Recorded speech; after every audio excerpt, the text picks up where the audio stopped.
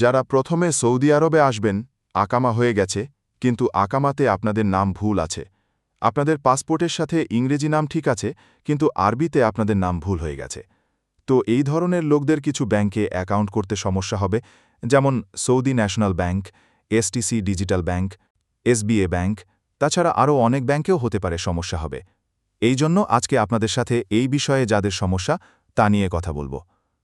Saudi আরবে আসার পর যারা অ্যাকাউন্ট করতে পারছেন না, তারা আল রাজি ব্যাংক অ্যাকাউন্ট করবেন, এবং সেটা মোবাইল দিয়েই করবেন, এবং পরে মেশিন থেকে কার্ড বের করে নিয়ে আসবেন।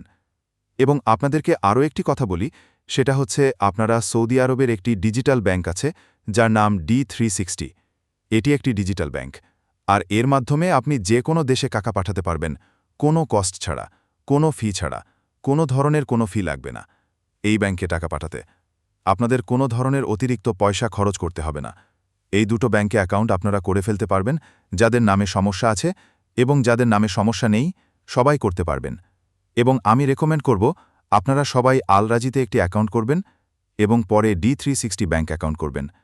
এতে করে আপনাদের টাকা পাঠাতে সুবিধা হবে, কোনো ধরনের ফি ছাড়া, এবং টাকাটা আপনার ব্যাংকে পাঠালে মাত্র 1 দিন থেকে 1.5 দিনের মতো সময় লাগে। আর মোবাইল ব্যাংকিংয়ে টাকা পাঠাতে চাইলে তা অনেক তাড়াতাড়ি চলে যায়। সুতরাং আপনারা বাইরে বা অন্য কোথাও সময় নষ্ট করে টাকা পাঠাবেন না, এবং বেশি খরচ দিয়ে বাইরে টাকা পাঠাবেন না। ধন্যবাদ, সকলে ভালো থাকবেন।